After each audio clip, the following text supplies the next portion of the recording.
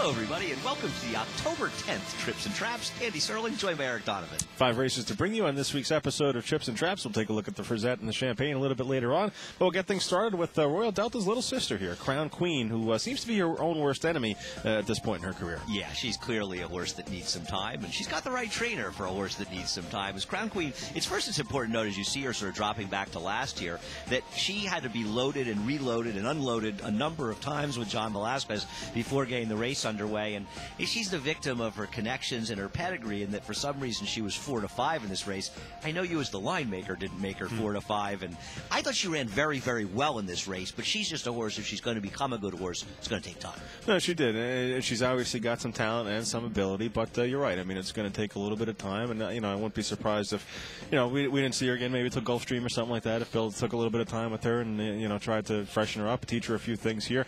Right now she's kind of out of the race and way back in a race where there wasn't much pace early on here. Yeah, to say the least, it was a slow pace, and this course has gotten very, very firm. And it's interesting. Bill Buck can race her another time down here and get another race into her. It's not... As a handicapper, it's your job to look at these horses and think, what is the fair price to take on them, and when do I think that they're sort of ready? It's not, they're not racing horse into shape as you start seeing her making the big middle move, a big wide middle move, sort of the toughest thing to do in one of these races.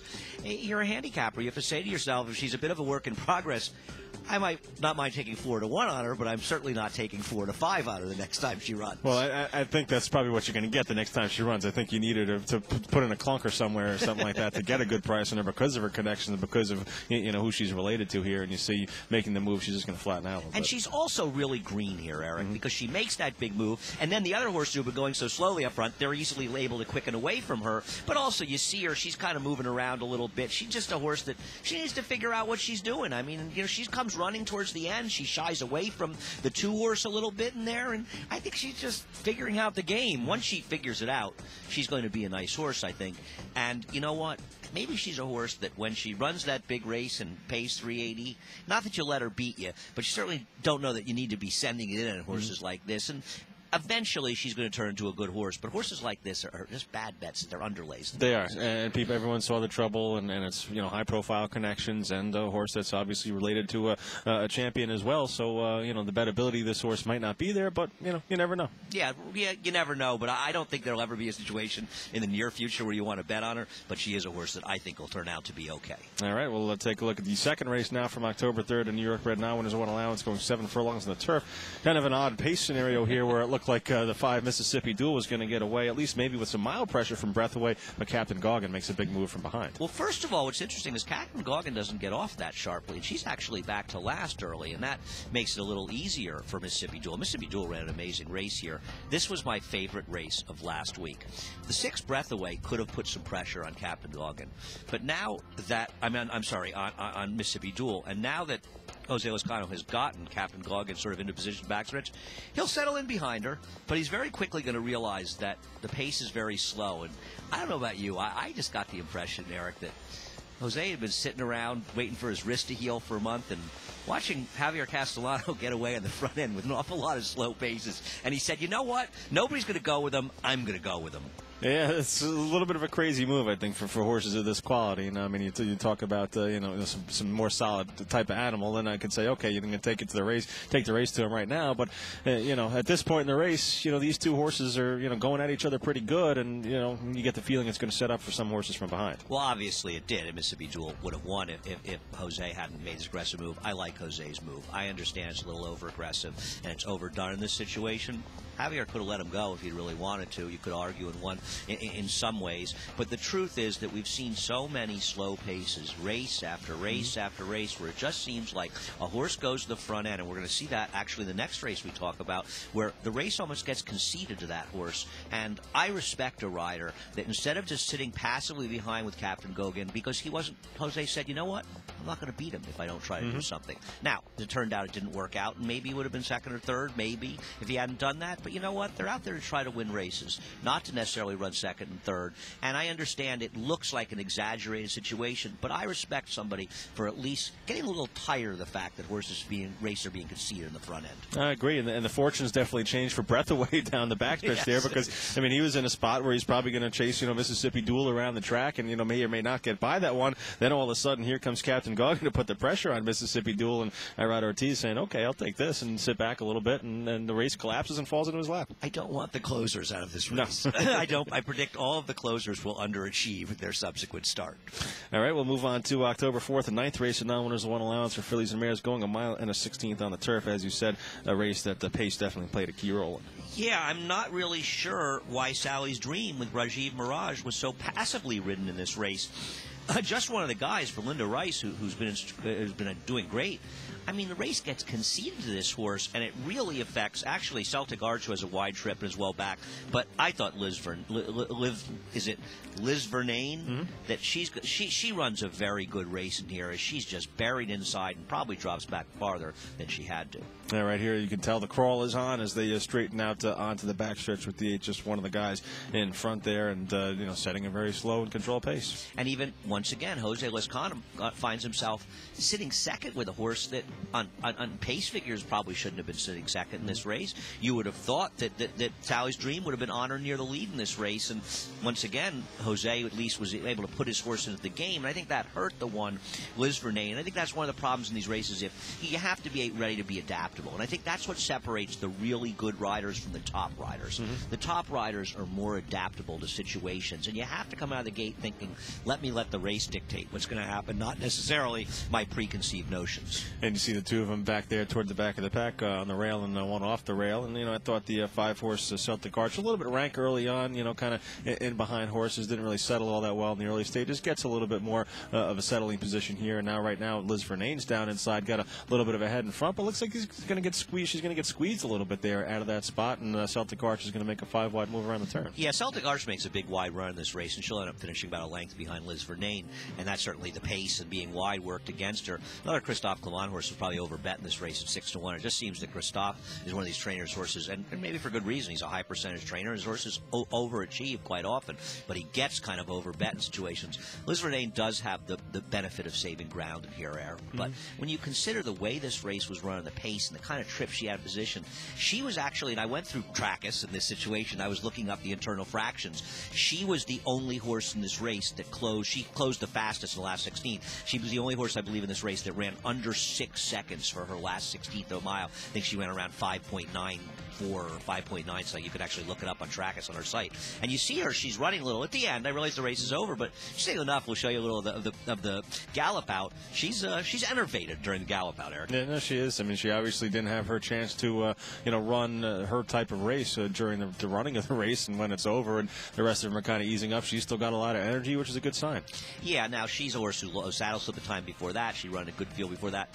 You were more interested in Celtic Arch, I think, or at least as interested in this. Yeah, man, I think both of them are similar kind of, similar situations here. I mean, LISVERNANE lost a little bit of position around the end of the turn there, got pinched back a little bit and finished up a little bit better than Celtic Arch, but Celtic Arch made a little bit more of a move around the turn there, expended a little bit more energy, I thought at the top of the stretch range there. So I think both horses could be okay going forward out of this race. And I also think it'll be interesting with the expected to get a little bit of rain today and tomorrow here at Belmont, that these courses now were in the last couple weeks of Belmont, it's not going to be 75 degrees in all likelihood. I hope it is, but it's not likely to be that warm. So I think we're going to see those sort of autumn courses, and it's not going to be conducive to speed. Not to say you can't wire fields, but it's not going to help anybody up front on the front end. I think that'll work in our favor of our horses as they run back. Well, the way the races are ridden also helps out the big time, too. No matter what the condition of the course is, when you have horses crawling along on the front end, speed's still going to be tough. I'll never, ever understand what happened to aggression.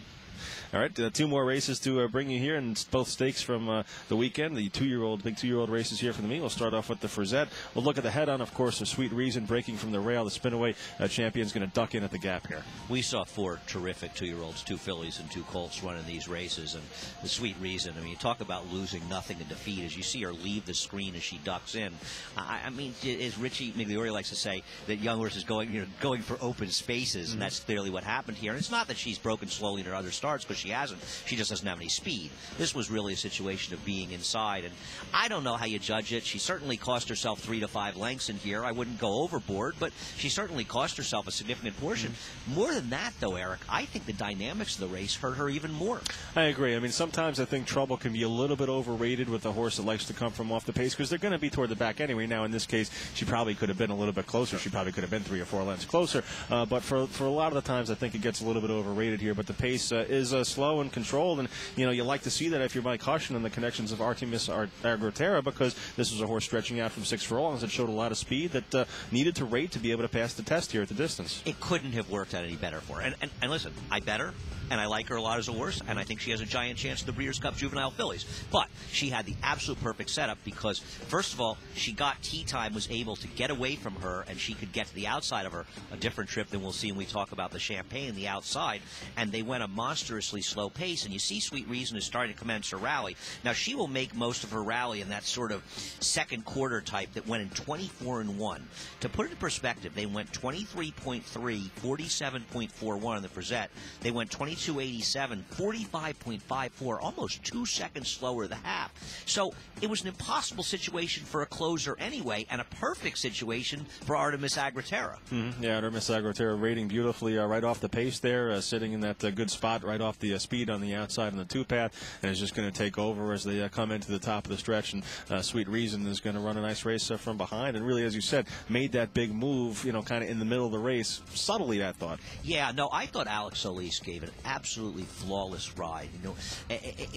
Getting in that early trouble, obviously it's frustrating, and it's got to be frustrating for a rider. On the other hand, he didn't show any frustration. He allowed her to settle in, and he let her move up on her own, and he gave her every possible chance. He didn't rush her up. He didn't send her to the middle of the racetrack. He did everything right after what happened to start. But after the start, and given the pace, the best he could hope for was this finish.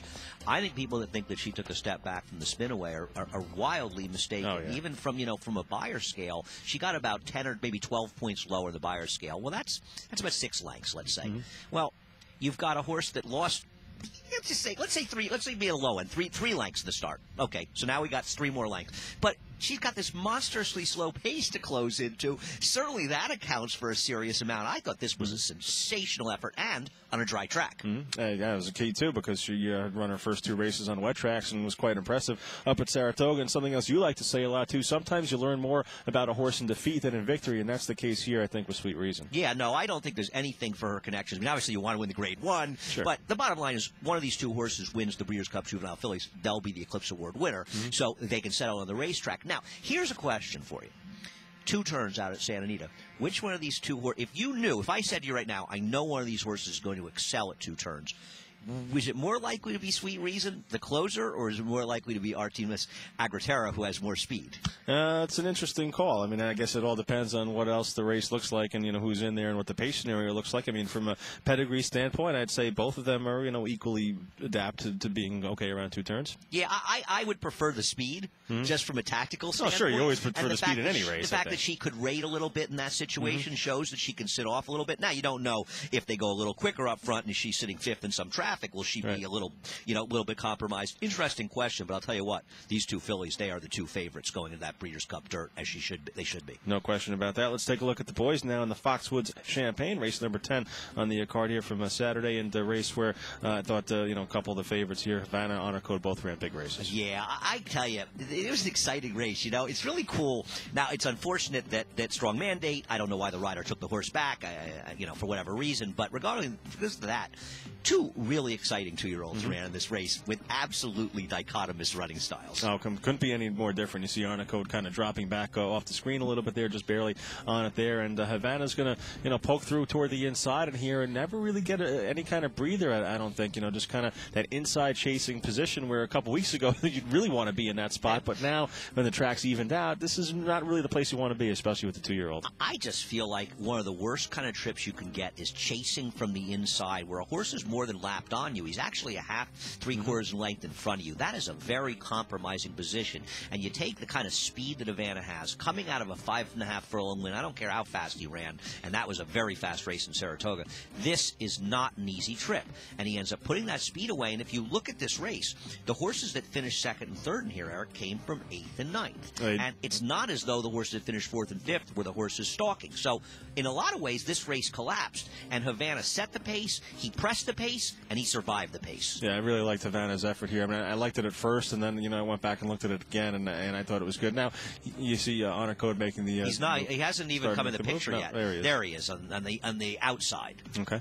Yeah, lost behind the pole. Right there behind the pole, and of course Havana up on the front. Now I wonder how people are going to react. Havana, you know, opens up this big lead in the stretch, starts the tail swishing. People going to say you can't get him on a 16th? Well, I don't know. And once again, as you said, Eric, what's the pace going to be like in the Breeders' Cup Juvenile? He's head and shoulders better than anybody that ran those preps out in Santa Anita, where the boys ran slowly and ran slower than the girls, and obviously nobody out of the Breeders' Fraternity at Keene looks any good. So I don't know who's coming in to face him in here, but obviously his speed could be his undoing.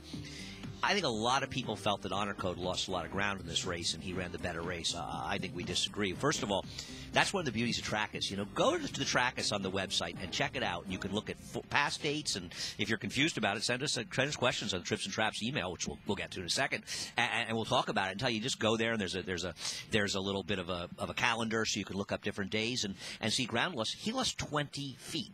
It's not that much ground, and when you consider how fast the pace was, I just have to feel like Havana ran the better. It's not saying that I necessarily think going longer, going further, that Honor Code is going to prove the better horse, but in this race, Havana was best. Yeah, I mean, looking forward to the Breeders' Cup. Honor Code, they said they may not run. The Remsen. No, he's running the Remsen. I guess Dave Grunning tweeted this morning. Okay. Yeah, I mean, that's, you know, something to look forward to for Honor Code. You know, I guess, I mean, a little bit disappointing if you were on a Havana bandwagon and trying to bet against Honor Code a little bit in the Breeders' Cup, which was kind of my gut opinion coming out of the race, was that, you know, where the two horses that finished second and third were, they were so far back. And take a look at Ride on Curlin, who's okay, but also kind of in a similar position as Honor Code. Now, I don't want to knock Honor Code. I think he can be a real nice horse. He could turn out to win some very important races throughout his career. But just in the immediate future, I wanted Havana going forward, where I thought Honor Code would be the horse that might be, you know, favored over him in the Breeders' Cup if they both ran there. Deep closers capture people's attention because in dirt racing America in general, we don't see a lot of deep closers, and they're exciting. I mean, there's nothing like that good horse making a charge from well back in the pack,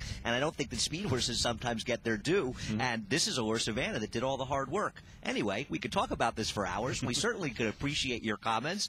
Trips and Traps at NYRInc.com. Thanks for watching.